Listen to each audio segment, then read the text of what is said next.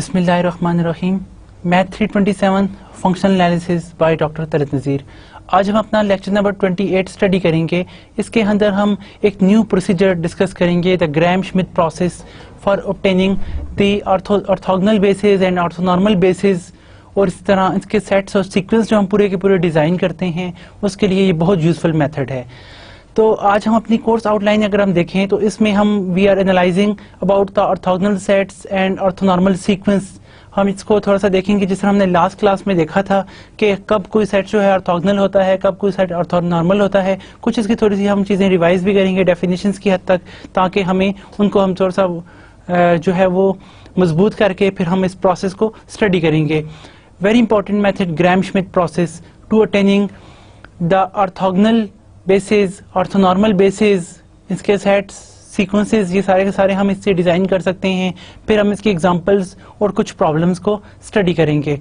तो हम स्टार्ट करते हैं। बेसिकली ऑर्थोगोनल सेट्स और ऑर्थोगोनल या ऑर्थोनॉर्मल सेट्स हमारे पास क्या होते हैं कि हम जिस तरह ऑर्थोगोनल सेट्स में कह चुके हैं कि इनर प्रोडक्ट स्पेस के अंदर अगर कोई भी दो एलिमेंट्स अगर आपके पास सेट के पीस वाइज आप लें, उनका इनर प्रोडक्ट अगर जीरो हो तो we say that it's orthogonal sets. यानी कि आपके पास ना देखें एम एक नॉन एम्प्टी सेट है स्पेस का, तो हम कहते हैं एम जो है वो ऑर्थोगोनल है इफ एंड ओनली इफ कि एम के हर दो एलिमेंट का आपस में इनर प्रोडक्ट आप लेते हैं तो जवाब हमारे पास जीरो आता है, तो हम कहते हैं इट्स ऑर्थोगोनल सेट।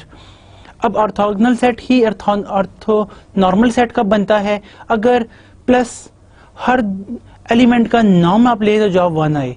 तो ये हमारे पास एक यूजफुल डेफिनेशन बन जाती है, दैट इज कि अगर आपके पास for all X Y belong to the M the inner product of X Y is equal to the 0 if x is not equal to y and the inner product of x y equal to 1 if x equal to the y। तो ये हमारे पास एक useful definition है for orthonormal set की। सिर्फ ऊपर वाली कंडीशन अगर सेटिस्फाई करती है तो वो ऑर्थोगोनल होता है, अगर दोनों सेटिस्फाई करती हैं तो वो ऑर्थोनॉर्मल होता है। If an orthogonal or orthonormal set M is countable, then we arrange a sequence। हम एक पूरा सीक्वेंस बना सकते हैं, डिजाइन कर सकते हैं ऑर्थोनॉर्मल सेट के लिए भी और ऑर्थोगोनल सेट के लिए भी। यानी कि वही सीक्वेंस किस तरह से कि अगर आपके पास अल्फा जो है वो किसी इंडेक्सिंग सेट से आ रहा है, बीटा भी इंडेक्सिंग सेट से आ रहा है, तो हम कहते हैं कि हमारे वो जो दो सीक्वेंस हैं XN और XM, अगर इनका इनर प्रोडक्ट आप लेते हैं तो वो वही आपके पास कोलोनिकल डेल्टा की फॉर्म में ऑब्टेन हो जाए। यानी कि इसका आंसर 0 आए if alpha is not equal to the beta. तो यानी कि ये ऑर्थोगोनल सेट हो गया।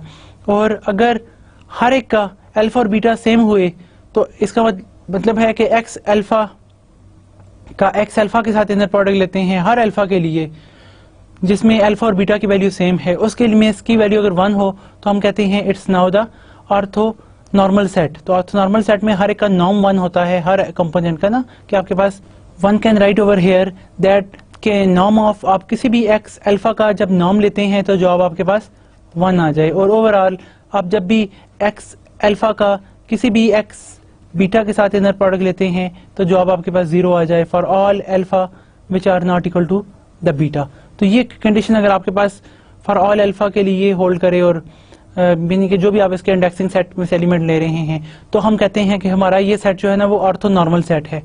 ऑर्थोनॉर्मल सेट बहुत इंपॉर्टेंट होता है।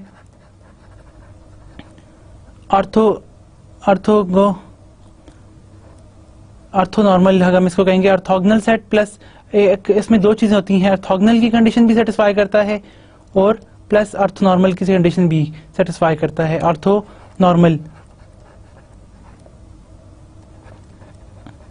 नॉर्मल किसे कहते हैं? जिसका कि नॉर्म की लेंथ 1 हो, और ऑर्थोगोनल यानी कि परपेंडिकुलरिटी, ये दोनों कंडीशन इसमें सेटिस्फाई करती हैं। तो ये वाला सेट हमारे पास जनरल होता है कि ऑर्थोनॉर्मल यानी कि वन कैन से दैट कि आपने ये ऑब्जर्व किया होगा ऑर्थोनॉर्मल always implies orthogonal,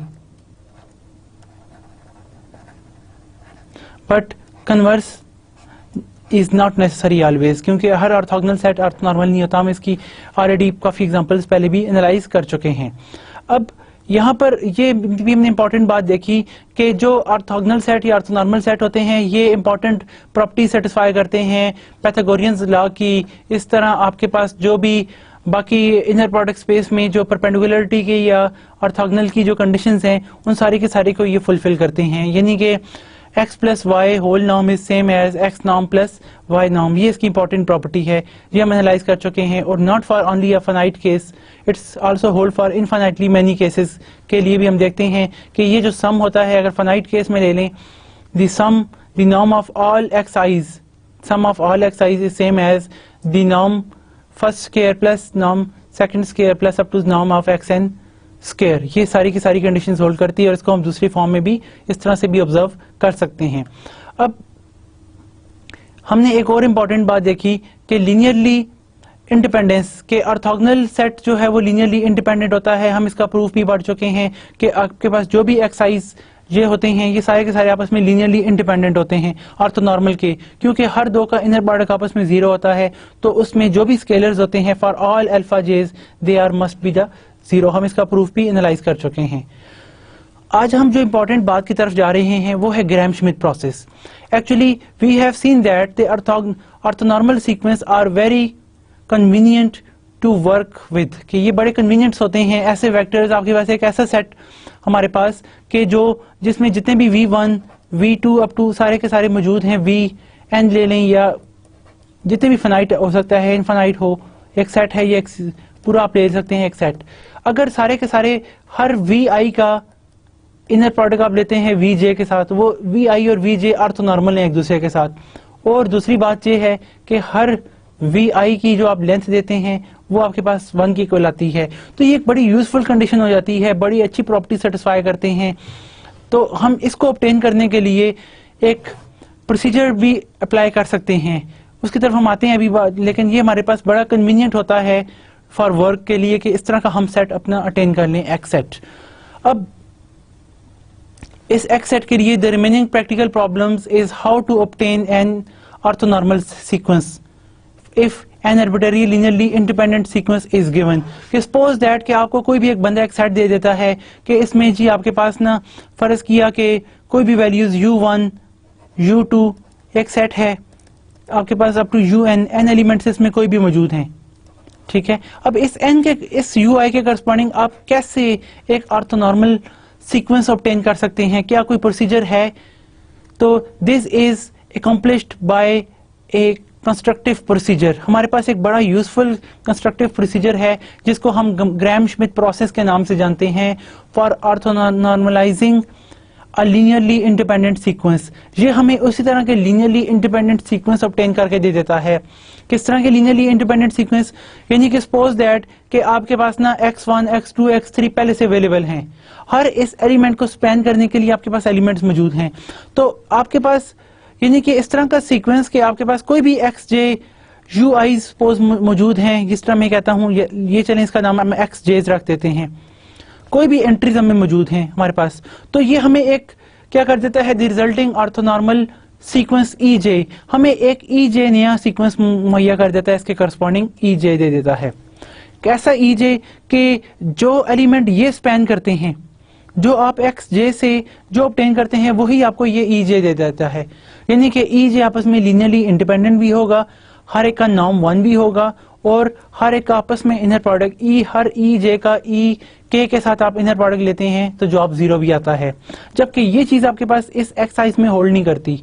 तो गोया हर x1 x2 x के करस्पॉन्डिंग आप एक ऑर्थोनॉर्मल सीक्वेंस ऑब्टेन कर सकते हैं जो सेम जिस तरह की space x1 x2 x10 generate करते हैं, सेम उसी तरह की स्पेस ये e1 e2 en भी जनरेट करते हैं। तो इंपॉर्टेंट यहाँ पे क्या हुआ कि देखें, मैं यहाँ पे शॉर्ट समरी लिखता हूं। आपके पास कोई भी e1 x1 x2 xn ये गिवन है, ये एलिमेंट्स आपके पास गिवन है एक सेट के अंदर फॉर्म में, जो ना लीनियरली इंडिपेंडेंट है सपोज, या ये आपस में इंडिपेंडेंट भी नहीं है, एक दूसरे का इनर प्रोडक्ट 0 भी नहीं है इनके दरमियान, और ना ही एक और बात कि हर एक का नॉर्म 1 है। तो क्या कर सकते हैं हम बाय ग्राम श्मिट प्रोसेस, ये हमने जो अभी हमने डिस्कस किया ग्राम श्मिट, अभी हम इसको स्टडी करेंगे कि करता कैसे है प्रोसीजर। ये हमारे पास जो ग्राम श्मिट प्रोसेस है बाय ग्राम श्मिट प्रोसीजर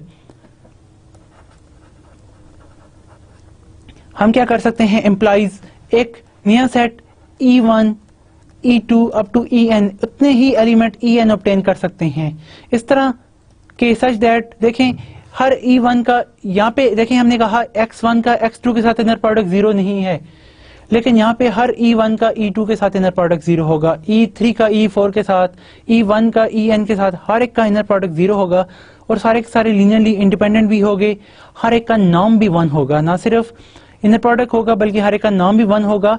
और फर्दर मोर सबसे खास बात कि जो स्पेस ये स्पैन करते हैं, जो स्पेस जो चीज ये बनाते हैं स्पैनिंग, जिस तरह के एलिमेंट ये जनरेट करते हैं X1 X2, जो स्पेस आपको ये देते हैं Xn, वो ही स्पेस आपको इक्वल मिलेगी space from E1 E2 up to En। ये बहुत अच्छी खूबी है कि देखें आपको हर एक सीक्वेंस के करस्पॉन्डिंग एक नया सीक्वेंस मिल गया जिसके एलिमेंट्स भी आपस में ऑर्थोगोनल हैं, जिसमें हर एलिमेंट जो है उसका नाम 1 है, यानी कि यूनिट वेक्टर्स हैं। और तीसरी सबसे इंपॉर्टेंट बात कि सारी की सारी वही स्पेस वही यही एलिमेंट अटेन करने जा रहे हैं जो कि आपके पास एक्स साइज एलिमेंट अटेन करते हैं। तो ये एक बड़ी यूजफुल बात है कि हर सेट के करस्पॉन्डिंग ग्राम श्मिट प्रोसेस आपको अलाउ करता है कि आप एक प्रोसीजर अप्लाई करें और X1 E1 E2 E3 ये ढूंढ सकते हैं, ये फाइंड कर सकते हैं। अब इंपॉर्टेंट बात ये है कि how this procedure will work. This procedure यानी कि जो ग्राम श्मिट हमारे पास प्रोसेस है ये कैसे होगा, यहाँ पे हम दोबारा से लिखें कि this is a Gram Schmidt procedure.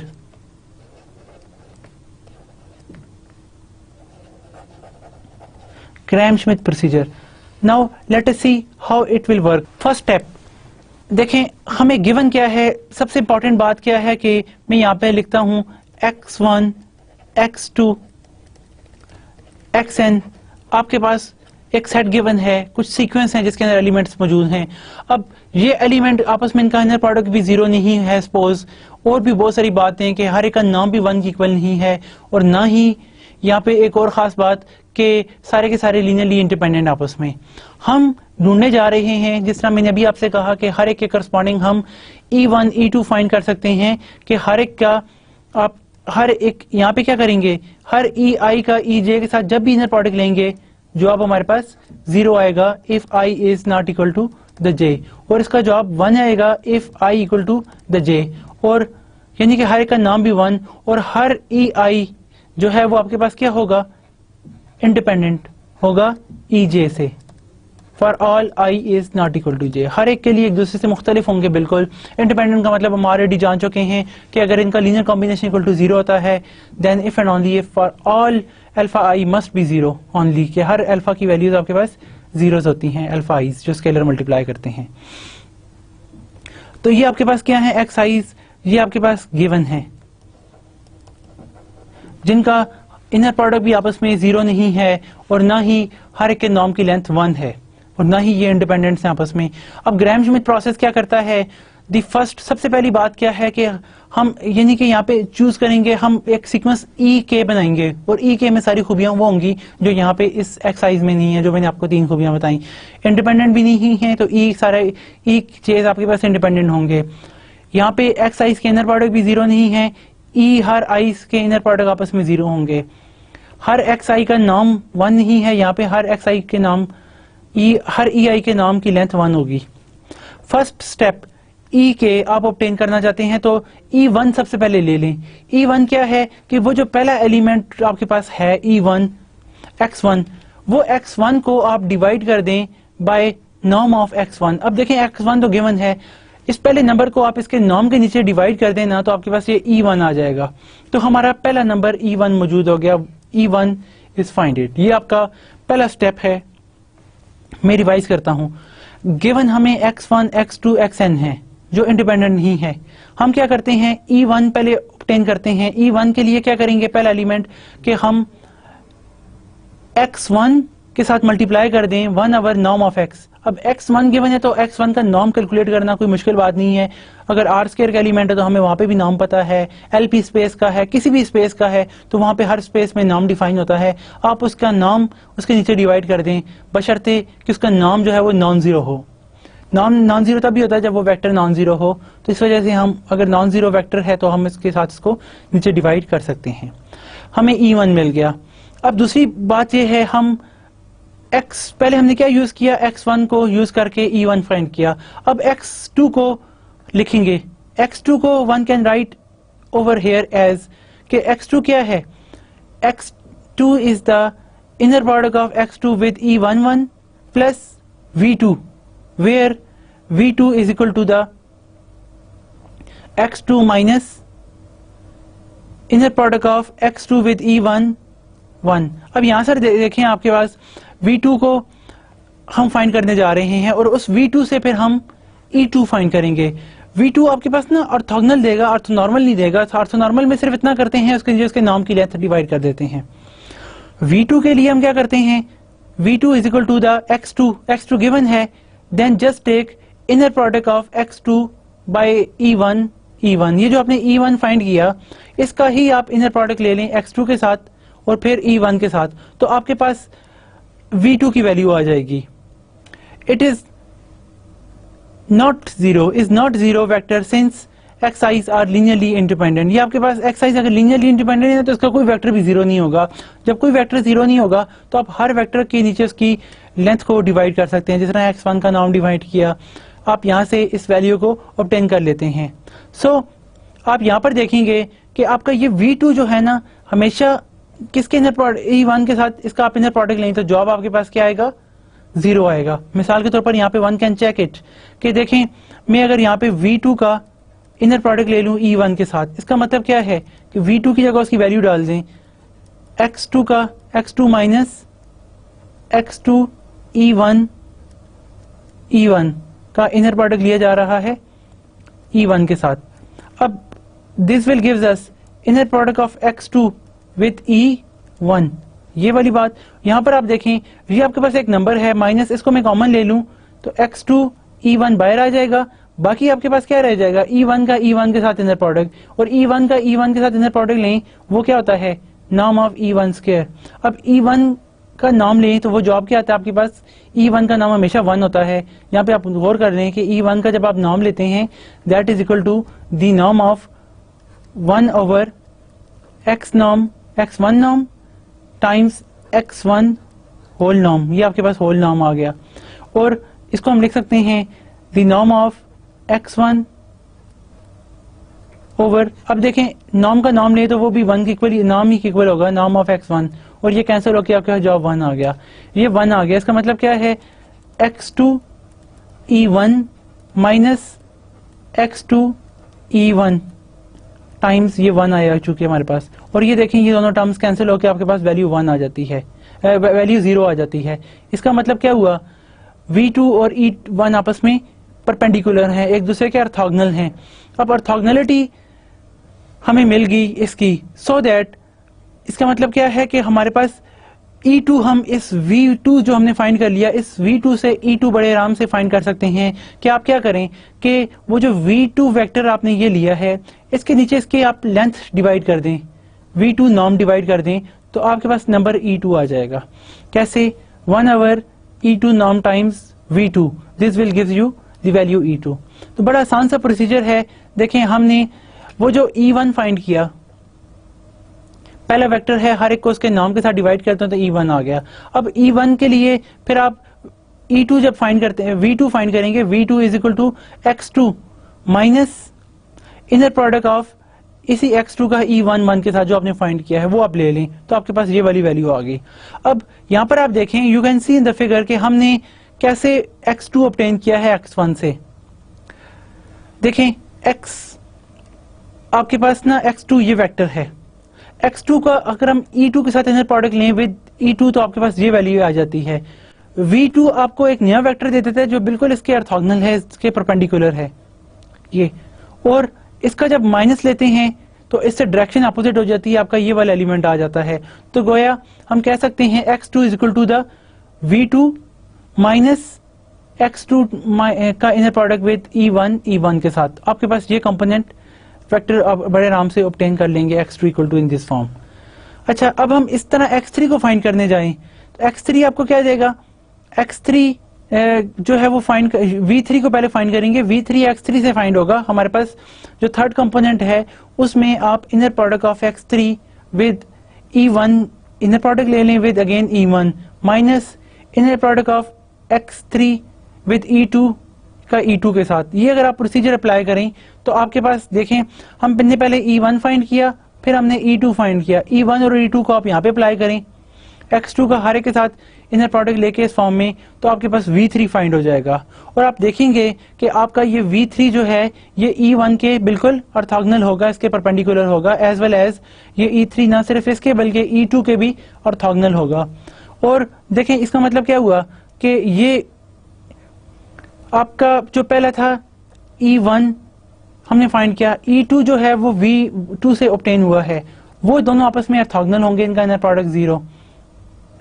अब आपने V3 फाइंड किया, V3 जो है वो भी उन दोनों के ऑर्थोगोनल है, और V3 से आप E3 फाइंड कर सकते हैं कि V3 को डिवाइड कर दें V3 को नाम ऑफ V3 के साथ, तो आपके पास E3 आ जाएगा।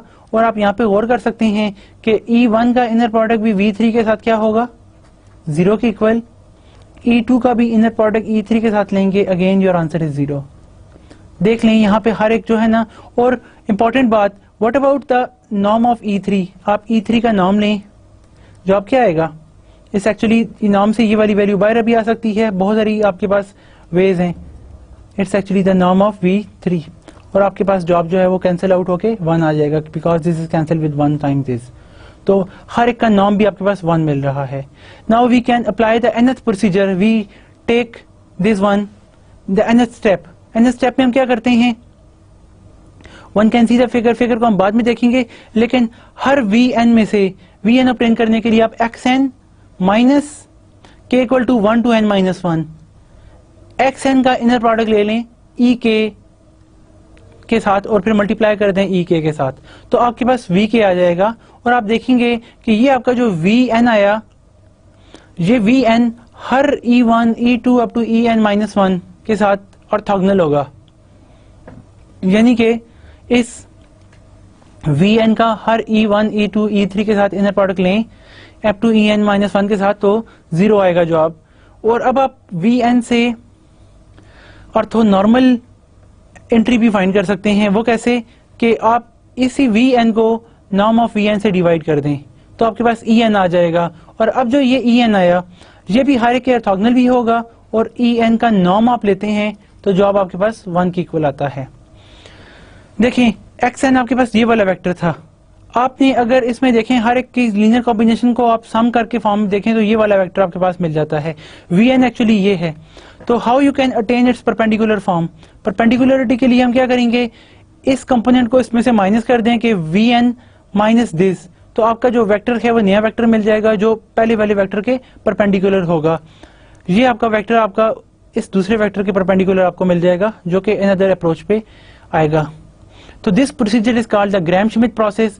ग्राम श्मिट प्रोसेस क्या करता है, आपको orthonormal basis, orthonormal entries find करके देता है, और आप इसकी मदद से बहुत सारी बाकी वैल्यूज जो हैं वो भी ऑब्टेन कर सकते हैं। फॉर इंस्टेंस के ये जो ग्राम श्मिट प्रोसेस है, ये आपको एक जनरल फार्मूला ऑब्टेन करके देता है। These are a general formulas from for a Gram Schmidt process which was designed by E Smith in 1907। ठीक है, इन 19 इसमें एक पेपर इन्होंने आल्सो, इसका जो रेफरेंस है वो एक ग्राम श्मिथ ने एक पेपर था इनका जो है 1883 में, इसमें भी इसकी जो है कुछ टर्म्स जो है वो गिवन है। Note that the sum which is subtracted on the right hand side of previous equation is a projection on xn। ये आपके पास हर xn के लिए प्रोजेक्शन है। प्रोजेक्शन क्या करती है, परपेंडिकुलरली मैप करती है। आपका अगर xn इधर है, सपोज दैट के एलिमेंट आपका xn ये है, तो इसकी प्रोजेक्शन आप ले लें तो हर एलिमेंट को उसके ऑर्थोगोनली कंप्लीमेंट पर मैप कर देगी, और आपको अब यहाँ पे एलिमेंट अगर आपके पास xn के करस्पॉन्डिंग Vn मिल जाता है, और अब आप देखते हैं इन दोनों का इनर प्रोडक्ट, तो जवाब 0 आता है, क्योंकि परपेंडिकुलर हर दो वेक्टर्स का इनर प्रोडक्ट आपस में 0 होता है। और ना सिर्फ ये, आप देखें x के करस्पॉन्डिंग आपने ये फाइंड कर दिया, vn के बाद आपने यानी कि vn भी और vn+1 आप देखें, इस तरह vn+2 सारे के सारे एक दूसरे के ऑर्थोगोनल होते हैं। आपके पास वो पूरी की पूरी चेन आती जाती है जो आपस में सारे के सारे इंडिपेंडेंट होते हैं। यहाँ पर तो हमें चीज यानी कि थोड़ी सी डायग्राम में इस तरह से नजर नहीं आ रही है, लेकिन n डायमेंशनल स्पेस में आपके पास सारे के सारे वेक्टर्स एक दूसरे के ऑर्थोगोनल कॉम्प्लीमेंट होते हैं। नोट दैट के आपके पास ये प्रोजेक्शंस आपको मिल जाती है, the projection of xn on span e1 e2 up to en-1। अब वो तमाम वेक्टर्स जो e1 e2 e3 en है, ये सारे के सारे एक दूसरे के परपेंडिकुलर, और xn जो है वो इंसानों के परपेंडिकुलर, यानी कि सारे वेक्टर एक दूसरे के ऑर्थोगोनल होते हैं। हर एक दूसरे के साथ परपेंडिकुलर का रिलेशन जो है वो रखता है, एक दूसरे के साथ उन दोनों का इनर प्रोडक्ट 0 होता है। इसी तरह in the other words, in each step we subtract from xn its components in the direction of previously orthonormalized vectors, कि हमने प्रीवियसली ऑर्थोनॉर्मलाइज्ड वेक्टर लिया है, उसके करस्पॉन्डिंग हम जो नया फाइंड करेंगे वो उसके ऑर्थोनॉर्मलाइज होगा, वो उसके प्रोजेक्शन आपको मिल जाएगी। हर एक जो है एक दूसरे के, जिस तरह मैंने आपसे बताया को कहा कि ये वेक्टर है तो दूसरा आपको इधर मिल जाएगा जो उसके बिल्कुल हर नया वेक्टर दूसरे के परपेंडिकुलर होता है, और ना सिर्फ उसके बल्कि प्रीवियस सारे के ऑर्थोनॉर्मली परपेंडिकुलर होता है। दिस गिव्स Vn, ये हमें एक Vn दे देता है, यानी कि तमाम ऑर्थोगोनल प्रोजेक्शंस दे देता है, which is then multiplied by 1/Vn, कि आप हर Vn आपको मिल गया, इस Vn को अगर आप ना 1/Vn के नॉर्म से डिवाइड करते हैं तो ये आपको यानी कि Vn को डिवाइड कर दिया 1/Vn, मल्टीप्लाई कर दिया 1/Vn से, यानी कि वही होगा कि आपने से डिवाइड कर दिया है नॉर्म ऑफ Vn से। तो आपके पास जो वेक्टर मिल गया इसका हम नाम En रख देते हैं। अब इस En में वो तमाम खूबियां हैं जो Vn में हैं, प्लस एक खूबी और बहुत खूबसूरत है कि ये Vn जब भी आप इसका नाम लेंगे जब आपके पास 1 आया तो गोया आपको ये En जो है ना, ये एक सीक्वेंस मिल गया विच इज ऑर्थोनॉर्मल सीक्वेंस। जबकि ये आपके पास दो तरह की देखें यहाँ पे बातें हैं, Vn आपको जो मिल जाता है वो ऑर्थोगोनल होता है, ऑर्थोगोनल सीक्वेंस मिलता है, और जो इससे आप En ऑब्टेन करते हैं, En बड़े आराम से निकल आता है, हर Vn को डिवाइड कर देते हैं Vn नॉर्म के साथ, तो आपको मिल जाता है ऑर्थोनॉर्मल सीक्वेंस। अब हमें पता है ऑर्थोनॉर्मल सीक्वेंस की ये खूबी होती है कि एक्स्ट्रा कि हर एक का नाम जो है ना, इसके हर कंपोनेंट का नाम आप लेते हैं तो जवाब आपके पास 1 आता है। इस सीक्वेंस की हर टर्म का नाम 1 के इक्वल भी है, हर एक आपस में लीनियरली इंडिपेंडेंट भी है, प्लस एक और खास बात वो ये है कि हर एक का दूसरे के साथ इनर प्रोडक्ट लेंगे तो जवाब 0 आता है। In fact if n were the smallest subscript of for which Vn equal to 0, then 13 shows that Vn should be linear combination of E1, E2 up to En-1, कि हर Vn आप दूसरों के linear combination फॉर्म में obtain कर सकते हैं, hence a linear combination of x1, x2 up to xn-1, contradicting the assumptions that x1, x2, x3 up to xn is linearly independent, कि आपको एक नया कंपोनेंट मिल गया जिसको ऐड करने से प्रीवियस सारी एंट्रीज आ जाती हैं। तो इससे क्या होता है कि आपकी सारी की सारी इंडिपेंडेंट जब एंट्रीज मिल गई तो वन कैन ऑब्टेन कि जो आपके पास स्पेस ये आपको इस तरह की मिल गई, यानी कि जो काम आपके पास x1, x2 up to xn ये वेक्टर्स जो स्पेस जनरेट करते थे ये ही स्पेस जनरेट करते हैं अब आपके पास कौन, E1, E2 up to En। और खूबी ये हुई कि ये आपस में क्या थे, इनका इनर प्रोडक्ट 0 नहीं था, यहाँ पे हर दो एंट्रीज का इनर प्रोडक्ट 0 है, हर एंट्री का नाम 1 नहीं था, यहाँ पे हर एंट्री का नाम 1 है। तो ये ग्राम श्मिट प्रोसीजर हमने देखा which is very useful to attain the norm, इनकी लेंथ, और आप ये सारी चीजें इससे डिफाइन कर सकते हैं। हमें पता है नॉर्म हर स्पेस में गिवन होता है इनर प्रोडक्ट स्पेस में, और आपके पास ये इनर प्रोडक्ट स्पेस में बहुत खूबसूरत चीज है ग्राम श्मिट प्रोसेस कि आप हर इंडिपेंडेंट वेक्टर्स के करस्पॉन्डिंग एक ऑर्थोनॉर्मल सीक्वेंस ऑब्टेन कर सकते हैं, ऑर्थोनॉर्मल सेट फाइंड कर सकते हैं जो कि लीनियरली इंडिपेंडेंट भी होगा, पूरी से स्पेस वही भी स्पैन करेगा जो प्रीवियस स्पेस, जो गिवन स्पेस है वो स्पैन करती है। सारों का नाम भी 1 है और हर एक आपस में इनर प्रोडक्ट हर पेयर का 0 के इक्वल होगा। अब हम कुछ प्रॉब्लम्स देखते हैं रिगार्डिंग दिस। फॉर इंस्टेंस के first problem, orthonormalize the first 3 terms of the sequence x0, x1, x2 up to so on, where x1t equal to the xt, x2t आपके पास ना हर एक सारी की सारी टर्म्स गिवन है क्लोज इंटरवल -1 और 1 से। इनर प्रोडक्ट भी आपके पास गिवन है। हमें पता है कंटिन्यूअस फंक्शंस के लिए जो इनर प्रोडक्ट होता है that is the inner product of the close interval, यानी कि -1 से 1 वही a to b होता है xt yt dt। हमें पहली 3 टर्म्स के लिए फाइंड करना है। तो देखें गिवन क्या है आपके पास, x0, x1, x2 गिवन है। तो हमारे इसका मतलब क्या है कि x2 हम 3 ही टर्म्स को लेके चलते हैं ताकि हम फर्स्ट 3 टर्म्स सीक्वेंस की फाइंड कर लें। तो देखें x0 आपके पास क्या हुआ, 0 पुट कर दें तो t की पावर 0 क्या होगा, दैट इज 1। फर्स्ट टर्म 1 है। दूसरी में आप जब 1 पुट करेंगे तो आपके पास t आ जाएगा और इसी तरह t स्क्वायर। ये 3 आपके पास गिवन है। क्या इनका आपस में इनर प्रोडक्ट 0 है? The answer is no, one can easily check. अब इसके करस्पॉन्डिंग हमने क्या फाइंड करना है, ऑर्थोनॉर्मलाइज फाइंड करना, यानी कि हमने we are finding E1, E2, E3। हम यानी कि ये वाला सेट फाइंड करने जा रहे हैं, E1, E2, E3। सिर्फ फर्स्ट 3 टर्म का आ गया तो हम पहले 3 ही फाइंड करेंगे। इनमें ये खूबी होगी कि हर EI का EJ के साथ, यानी कि 1 का 2, 2 का 3, 3 का 1, तीसरा 2 का 3, 1 का 3, हर एक का इनर प्रोडक्ट आप लेते हैं तो जवाब आपके पास 0 भी आना चाहिए इनर प्रोडक्ट इस तरह से। और एक और बात कि हर EI का आप नाम लें तो जवाब आपके पास 1 के इक्वल भी आए। For all I is not equal to the J, जिस तरह हमने यहाँ पे I और J नॉट इक्वल है और बाकियों के लिए नाम 1 होना चाहिए। ये इंपॉर्टेंट बात। तो आपको पता है कि हम अभी important method Gram Schmidt procedure पढ़ चुके हैं जिसकी मदद से हम इसको फाइंड करेंगे। क्या होता है स्टेप्स कि पहला आप E1 फाइंड कर, पहले आप क्या फाइंड करते हैं, V1। V1 जो है वो आपके पास x1 ही होता है। गिवन फर्स्ट स्टेप आपको याद हो तो हम स्टेप 1 में क्या करते हैं, simple V1 equal to x1।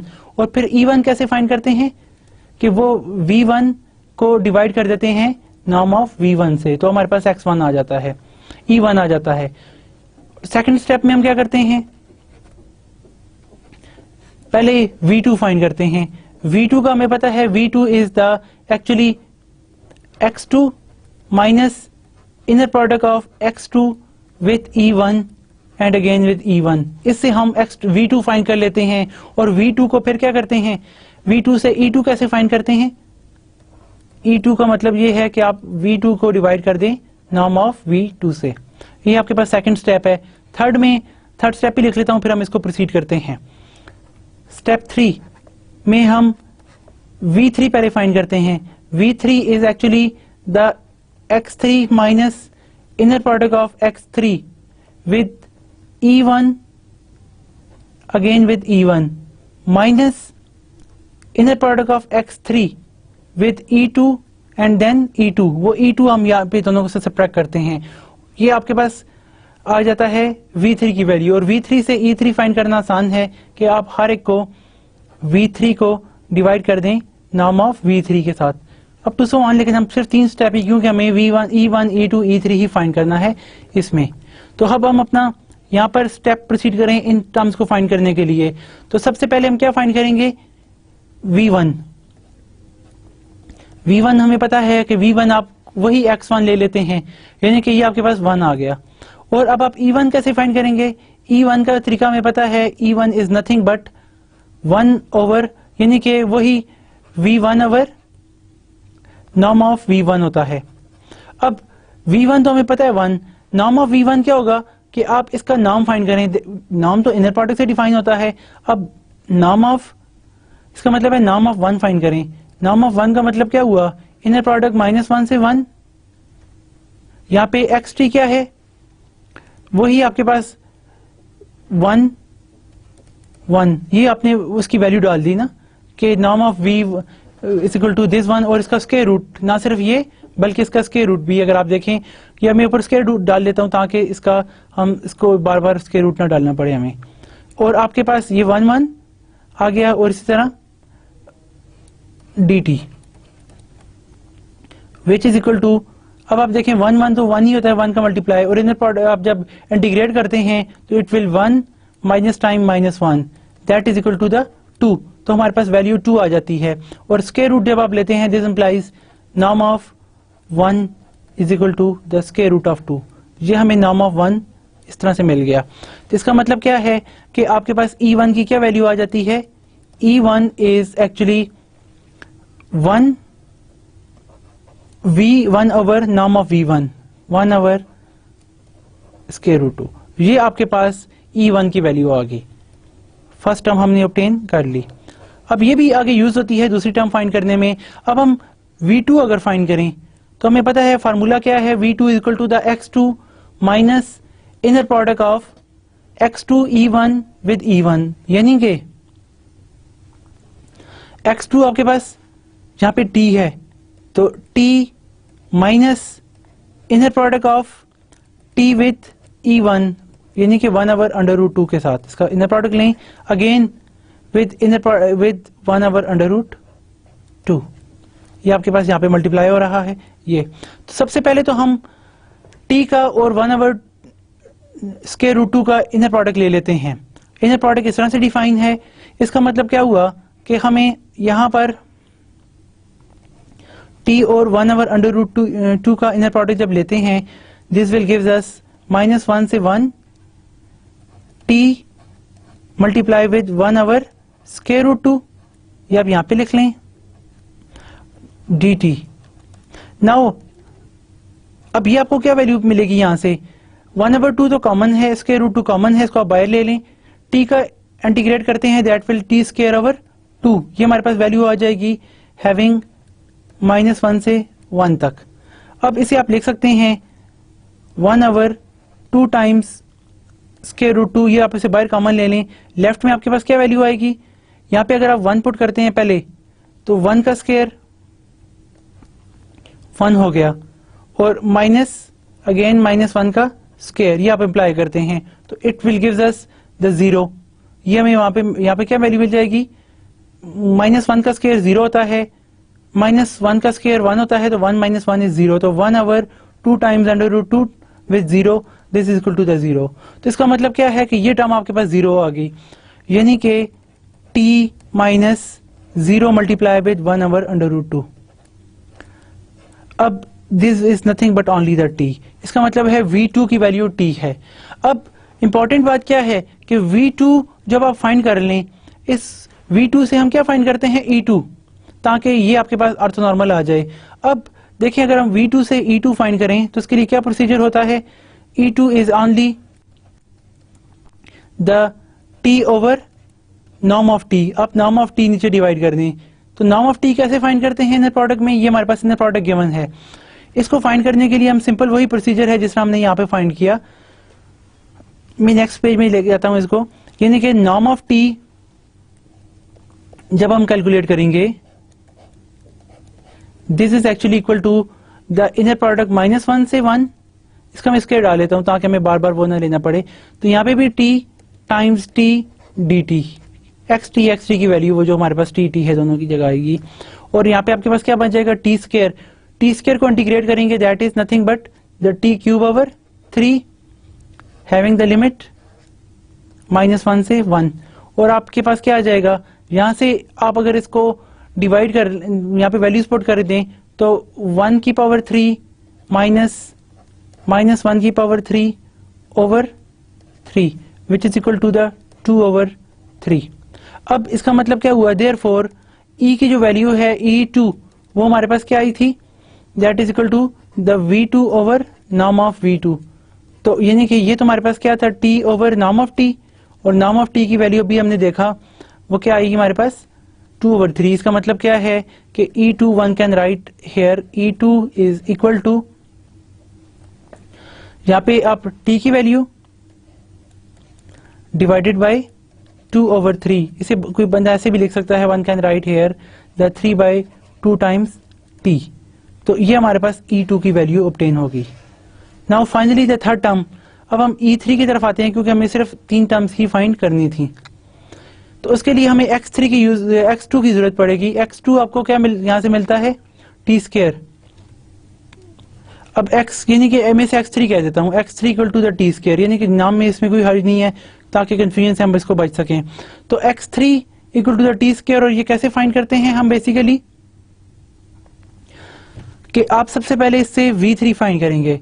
v3 is actually the x3 minus inner product of x3 with e1 times e1 minus inner product of x3 with e2 again with e2। ये देखिए दोनों के सब्ट्रैक्ट कर रहे हैं दोनों को, ताकि दोनों के कॉम्प्लीमेंट बीच में ना आए, ताकि हर एक से इंडिपेंडेंट हो जाए ये वेक्टर। तो x3 की वैल्यू हमें पता है यहाँ पे टी स्क्वायर है, minus again inner product of T square with e1 की वैल्यू हमने अभी ऑब्टेन की थी, दैट इज 1/2। यहाँ पे हमारे पास e2 की वैल्यू 1/√2 आती है, और 1/√2 हमने यहाँ पे प्लग इन किया सिमिलरली 1/√2 यहाँ पे, माइनस x3 आपके पास वही टी स्क्वायर गिवन है, e2 अभी हमने ऑब्टेन कर लिया, that is nothing but T square by 3/2 times T, और आपके पास बाहर भी मल्टीप्लाई हो रहा है 3/2 टाइम्स टी। ये हमारे पास यहाँ पे वैल्यूज आ गई। नाउ व्हाट हैपन कि आप इसमें इन दोनों टर्म्स को फाइंड करके यहाँ पे इसकी वैल्यू प्लग इन कर लें। इनर प्रोडक्ट हमारे पास गिवन है, यानी कि हमें पता है कि इनर प्रोडक्ट जब भी हम लेंगे टी स्क्वायर का 1/√2 के साथ, तो हमारे पास क्या आ जाएगा, इस एक्चुअली द -1 से 1 टी स्क्वायर 1/√2 dt, वही फर्स्ट सेकंड दोनों वैल्यू का इंटीग्रेशन। तो आप यहाँ पर देखें, हम 1/√2 को कॉमन बाहर ले सकते हैं, टी स्क्वायर को इंटीग्रेट करेंगे तो क्या होगा, t³/3 हमारे पास आ जाएगा। लिमिट्स क्या हैं, -1 से 1, सिंपल इंटीग्रेशन, और आपके पास यहाँ पे वैल्यू आ जाएगी 1/3 टाइम्स के√2 बाहर आ जाएगा। The left over here is nothing but the t³। आप इसमें वैल्यू पुट कर दें, अब t³ में आप पहले 1 पुट करते हैं तो 1 का क्यूब माइनस -1 का cube, which is equal to the 1/3 times के√2, और ये माइनस माइनस प्लस हो जाएगा, hence we attain the 2, and further 1 can write over here, इसको हम लिख सकते हैं √2/3। ये हमारे पास पहली वैल्यू आ गई इसकी, यानी कि ये हमें नंबर मिल गया यहाँ पे दिस वन। एंड अब हम अगर इसको फाइंड करें तो आंसर 0 आएगा, लेकिन let us see that how it is 0।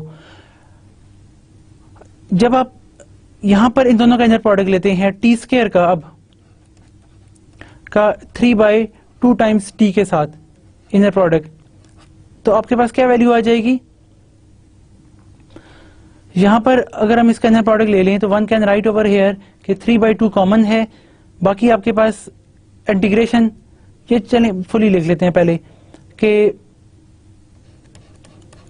1 can write over hair के इनर प्रोडक्ट फ्रॉम -1 से 1 xt यानी कि T square with 3/2 times T dt। आप इनको यहाँ पे इस तरह से लेते हैं, क्या चीज कॉमन है, 3/2 इज कॉमन, इसे हम बाहर ले लेते हैं, द रेस्ट वन इज -1 से 1 t⁻³ आपके पास हो जाएगा dt।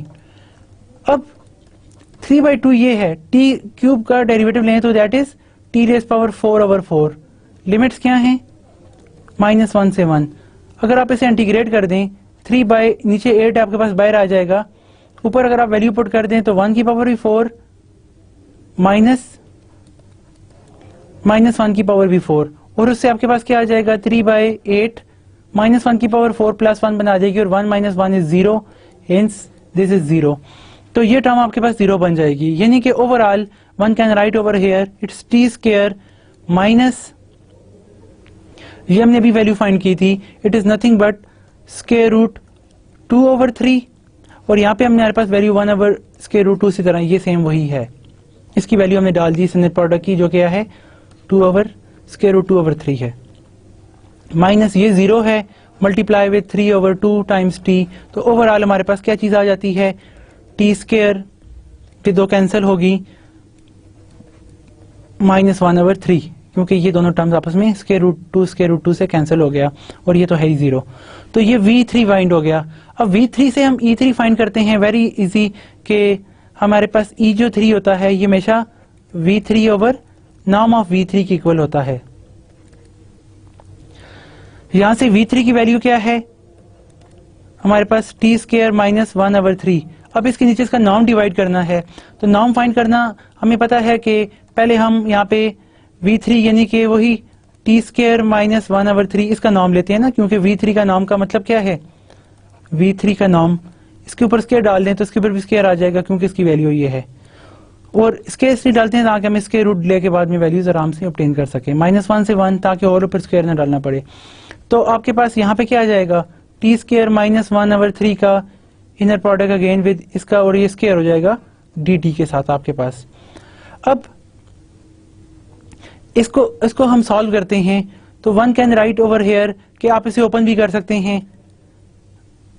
अब अगर आप इसे ओपन करके लिखें तो one can attain t⁴ plus 1/9 और फिर फाइनली -1 हमारे पास आ जाएगा 2/6 times t square. It is just simple, आपके पास वही a - b whole square formula times dt। अब आप देखें इंटीग्रेशंस क्या आती हैं, फर्स्ट को इंटीग्रेट करते हैं, इट्स गिव्स यू t⁵5/5 और इसकी लिमिट्स क्या है -1 से 1 तक, प्लस 1/9 इंटीग्रेट करते हैं तो लिमिट्स क्या आ जाती हैं, वही -t है और लिमिट्स -1 से 1 तक, -2/6 इसे हम लिख सकते हैं 1/3। यहाँ पर आप देखें तो हमारे पास ये 2 कैसे आया, दैट इज 2/3, ये 2/3 होगा हमारे पास, क्योंकि आप a square plus b square plus 2ab यहाँ पे 2/3 है, और 2/3 को यहाँ पे 2/3 तो सेम ही रहेगा, इंटीग्रेट करेंगे t स्क्वायर को तो क्या आ जाएगा t³ लिमिट्स -1 से 1। तो ओवरऑल जब आप लिमिट्स प्लग इन करेंगे तो क्या आ जाएगा, देखें हमें -1 और 1 पुट करेंगे तो दैट इज द 2/5 प्लस यहाँ पे लिमिट्स पुट करेंगे तो 2/9, यहाँ पे लिमिट्स पुट करेंगे तो -2 आ जाएगा और 2 टाइम्स 2 इज 4, 4/3। और अगर आप इन दोनों का एलसीएम ले लें, 5 भी है, 5 और 9 दैट इज 45, एलसीएम हमारे पास 45 आ गया, और 5 times 9 is 45, 9 time 2 is 18, this is 18 plus 9 times 5 is 45, 5 plus 2 10, simple calculation आपके पास। और इस तरह 3 times 15 is 45 and 15 up time 4 is 60, and hence it's 28 subtracted from the 32 60 which is -32 -32 ये हमारे पास आ जाता है -32/45, ये वाली टर्म्स हमारे पास आ जाती है in the sense of norm. अच्छा, ये हमारे पास इसमें 3/4, एक मिनट हम इसको देख लेते हैं कि कोई कैलकुलेशंस मिस्टेक तो नहीं है ओवरऑल, क्योंकि नॉर्म की लेंथ हमेशा हमारे पास पॉजिटिव आती है। अगर हम इसको सॉल्व करें तो हम देखेंगे कि हमारे पास जो यहाँ पे वैल्यूज आती हैं कैलकुलेशंस वाइज हमारे पास ना, दीज आर द 5, अगर हम इसमें कैलकुलेशंस अगर देखें टाइप एरर ना हो तो हमारे पास जो आप इसमें चेक कर सकते हैं, फॉर इंस्टेंस कि आपके पास वैल्यूज इसकी आनी चाहिए 5/8, यानी कि ओवरऑल अगर आप इन दोनों को डिवाइड करें तो हमारे पास ये तो हमने फाइंड कर लिया, इसका मतलब क्या है, this is nothing but 3t square -1/3 हमारे पास आ गया।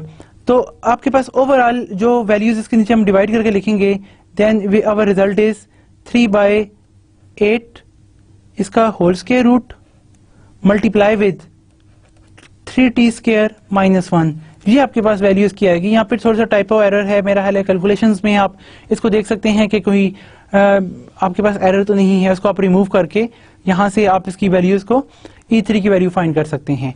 तो वेन एवर वी फाइंड, यानी कि आप इसके ऊपर 12 स्क्वायर रूट डाल के, मुझे इससे अंदाजा हुआ कि ये माइनस का स्क्वायर रूट तो हम पॉसिबल नहीं है, क्योंकि आपके पास स्क्वायर रूट हमेशा पॉसिबल, यानी कि स्क्वायर है तो स्क्वायर हमेशा पॉजिटिव टर्म आती है। तो E3 भी आपको मिल गया, हेंस E1 E2 E3 आपके पास ये मिल गए। इट इज वेरी इजी कि आप E1 और E2 का इनर प्रोडक्ट लें। इनर प्रोडक्ट कैसे लेंगे, ये आपका इनर प्रोडक्ट डिफाइंड है, इसी इनर प्रोडक्ट के तहत इंटीग्रेट करके आप देखेंगे आपका आंसर जो है वो 0 आएगा, और E1 का E1 के साथ नॉर्म लेंगे जो आप 1 आएगा। मिसाल के तौर पर यहाँ पे मैं अगर आपको एक दिखा दूं E1 का, E1 के साथ सिर्फ नाम, हर एक का E2 का 2 के साथ भी 1 होगा। आप यहाँ पे क्या करते हैं, -1 1, यहाँ पे फर्स्ट वैल्यू 1/√2, इस तरह दूसरे फंक्शन की वैल्यू 1/√2 dt। तो इसका मतलब क्या है, 1/√2 जो है मल्टीप्लाई होकर 1/2 आ जाएगा, जो कि कॉमन है बाहर। इंटीग्रेशन फ्रॉम -1 से 1 dt। अब 1 को इंटीग्रेट करेंगे तो आपके पास क्या आ जाएगा, 1/2 here the t having limits -1 से 1, और 1/2 1 -1, ये आपने लिमिट्स पुट कर दी, which is equal to 1/2 minus plus हो जाएगा, और 1 + 1 2 हो जाएगा, दैट इज इक्वल टू 2 से कैंसिल 1। E1 का E1 के साथ इनर प्रोडक्ट 1 आया। सिमिलरली E2 का E2 के साथ इनर प्रोडक्ट आप लेंगे तब भी जवाब आपके पास 1 आएगा। E3 का E3 के साथ इनर प्रोडक्ट भी 1 होता है। और बाकी करस्पॉन्डिंग अगर आप E1 का E2 के साथ इनर प्रोडक्ट लेते हैं, E2 का E3 के साथ लेते हैं, E3 का E1 के साथ, सारों का इनर प्रोडक्ट आपके पास 0 के इक्वल आएगा। ये एक इंपॉर्टेंट प्रोसीजर है हमारे पास, जिसे हम ग्राम श्मिट प्रोसेस कहते हैं। तो देखा आपने E1 E2 E3 linearly independent भी हैं, पूरी स्पेस भी स्पैन करेंगी इसी तरह से। और तीसरी सबसे इंपॉर्टेंट बात, हर एक का नॉर्म लेंथ 1 है। यही प्रोसीजर आप डिफरेंट अप्रोचेस के लिए अप्लाई कर सकते हैं। फॉर इंस्टेंस कि इनर प्रोडक्ट आपका ये गिवन है, T1 T2 T3 ये है आपके पास, तो और पर्सनलाइज करें इनको, यानी कि इससे वही E1 ऐसे E1 E2 E3 फाइंड करें सच दैट के हर E1 का E2 के साथ इनर प्रोडक्ट लें तो जवाब आपके पास 0 आए। इस तरह से, जिस तरह ये इनर प्रोडक्ट डिफाइन है, इस तरह से लेंगे तो जवाब ये आए। E2 का भी E3 के साथ इनर प्रोडक्ट 0 आए, E1 का भी E3 के साथ इनर प्रोडक्ट 0 आए, ये सारे के सारे। और इसी तरह E1 का नॉर्म लें, जवाब इक्वल आए E2 के नाम के, वही जवाब आए E3 के नाम के, और सबसे इंपॉर्टेंट कि सबका नाम 1 के इक्वल हो, यानी कि ऑर्थोनॉर्मलाइज आप इसको कर दें। तो बड़ा इंटरेस्टिंग सा प्रोसीजर है, जिस तरह अभी हमने डिफाइन किया, आप इससे इस प्रॉब्लम को अटेम्प्ट कर सकते हैं।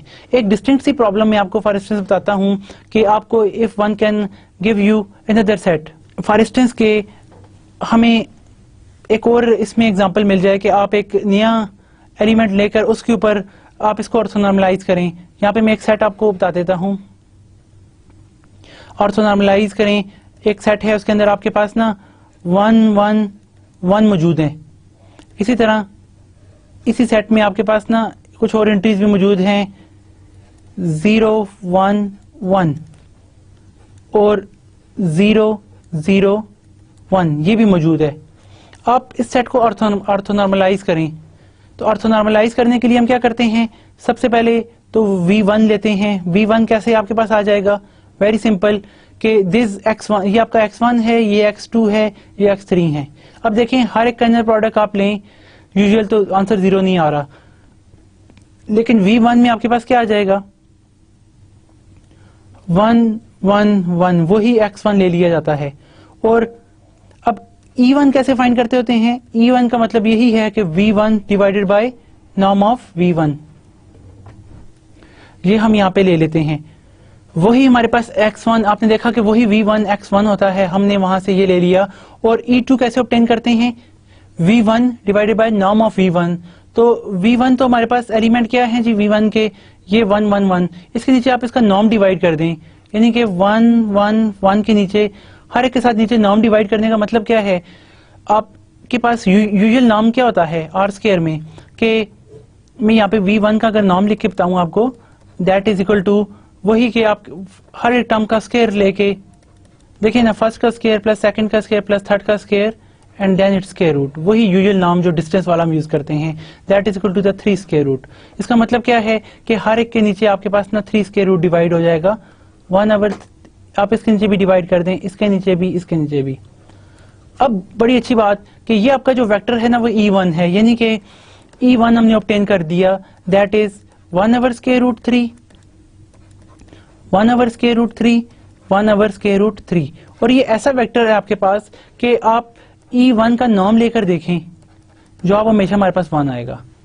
नाउ अब देखिए दूसरा एलिमेंट हमारे पास हम E1 हम ऑब्टेन कर चुके हैं, E2 कैसे ऑब्टेन करेंगे, E2 ऑब्टेन करने से पहले हमें V2 ऑब्टेन करने की जरूरत पड़ती है। V2 फाइंड करना इजी है, यानी कि that is only X2 minus inner product of x2 with E1 जो भी हमने फाइंड किया है, और अगेन विद E1. अब x2 आप अगर देखें, the values of x2 are these are given that the values are 0 1 1. इसका मतलब ये हुआ 0 1 1. Again the inner product of this 0 1 1 with E1. E1 अभी हमने फाइंड किया, आपको याद है 1 over square root 3, 1 over square root 3 and 1 over square root 3. इसकी ये वैल्यूज हैं, और इसका इनर प्रोडक्ट ये तो खत्म हो गया यहाँ पे बात, और मल्टीप्लाई करना है इससे अगेन, क्योंकि ये इनर प्रोडक्ट आपको एक नंबर देता है, तो number multiply by vector is vector. तो आपके पास यहाँ पे अगेन यही वेक्टर आ गया, यानी कि इसकी वैल्यूज E1 की 1 over square root 3, 1 over square root 3, इस तरीके से. अब यहाँ पर हमने ये इनर प्रोडक्ट कैलकुलेट करना है, तो हमें पता है इनर प्रोडक्ट कैलकुलेट कैसे करते हैं आर स्क्वायर में. It's just a Euclidean product. तो यूक्लिडियन प्रोडक्ट में हम क्या करते हैं, पहले से multiply 0 multiply by this plus 1 multiply by this 1 over square root 3. Again 1 multiply last multiply with last, तो 1 मल्टीप्लाई बाय square root 3 करेंगे तो square root 3 आएगा दिस, और साथ आपका ये वेक्टर सेम रहा 1 over square root 3, 1 over square root 3 and 1 over square root 3. इसका मतलब क्या हुआ कि दिस इज 0 1 1 माइनस इन दोनों को सम करेंगे, then it's becomes the 2 times square root 3 with 1 over square root 3, इस तरह square root 3 and finally square root 3. ये हमारे पास कंपोनेंट्स आ जाएंगे.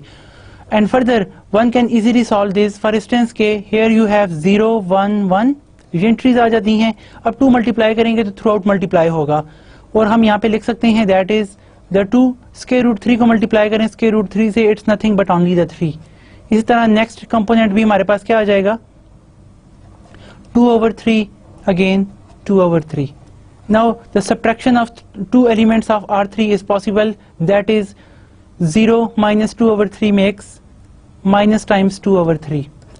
1 minus 2 over 3, it will gives you the 1 over 3, and further again 1 minus 2 over 3 is 1 over 3. ये हमारे पास V2 की entry आ गई. अब V2 से हम दोबारा आखिरी काम करते हैं, E2 फाइंड करते हैं. E2 is only the V2 divided by norm of V2. और अब यहाँ पे देखें V2 का नॉर्म कैसे फाइंड करते हैं, just V2 norm is equal to the square root of all its entries का स्क्वायर, -2/3 का स्क्वायर प्लस 1/3 का स्क्वायर प्लस 1/3 का स्क्वायर. तो आपके पास वैल्यू क्या आ जाएगी here, 4/9 plus 1/9 plus 1/9, and overall it's 6/9, and 6/9 को हम लिख सकते हैं 6/9 को लिख सकते हैं 2/3, स्क्वायर रूट ऑफ 2/3. इसका मतलब क्या हुआ कि यहाँ पे हमारे पास जो हर एक वैल्यू के नीचे डिवाइड हो रहा है वो स्क्वायर रूट 2/3 है, जिसको हम इंटरचेंज करके लिख सकते हैं यहाँ पे, कि यहाँ पे देखें -2/3, इसी तरह 1/3 एंड 1/3 होल टर्म्स के साथ नीचे डिवाइड हो रहा है हमारे पास स्क्वायर रूट 2/√3.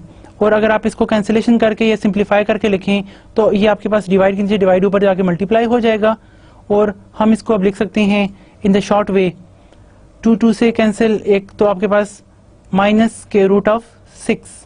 फर्स्ट टर्म हमारे पास ये आ जाएगी. यहाँ पे ये किससे कैंसिल हो रहा है, क्योंकि 3 ऊपर चला जाएगा. ये आप इसको इससे कैंसिल कर लें स्क्वायर रूट 2 को, और आपके पास 1 can write here square root 2 over square root of 3.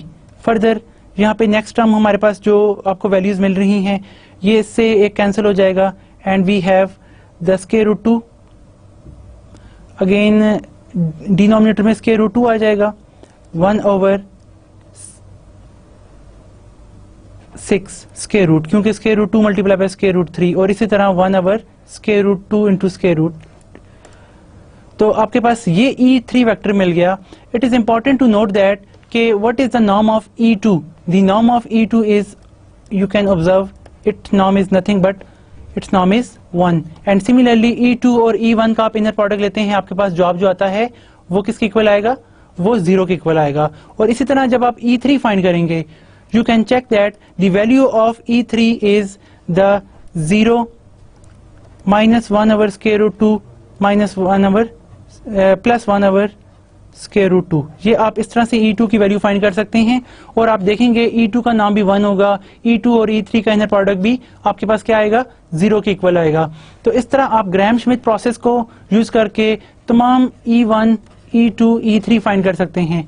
अब ये खूबी वो है कि ये E1 E2 E3 वही स्पेस स्पैन करते हैं जो आपके पास वो वेक्टर जो x1 x2 हमारे पास गिवन थे वो स्पैन करते हैं, x1 x2 x3 जो स्पेस स्पैन करते हैं यही स्पेस ये भी स्पैन करते हैं। तो इसका मतलब क्या हुआ है कि दोनों आपको ऐसे वेक्टर्स, इसके करस्पॉन्डिंग वेक्टर मिल गए जो लीनियरली इंडिपेंडेंट भी हैं, इनका आपस में इनर प्रोडक्ट भी 0 है सारों के सारों का। और इम्पॉर्टेंट बात, हर एक का नॉर्म लें तो जवाब आपके पास 1 आता है, जबकि वो चीज़ यहाँ पे नहीं है।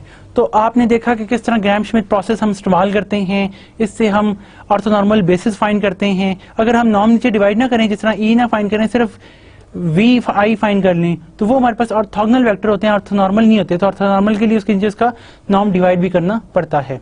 तो आज हमने ग्राहम श्मिट प्रोसेस को देखा, प्लस उसके एग्जांपल्स और कुछ प्रॉब्लम्स को अटेम्प्ट किया। आई होप कि you can attempt similarly problems regarding that. Okay, thank you very much. Allah Hafiz.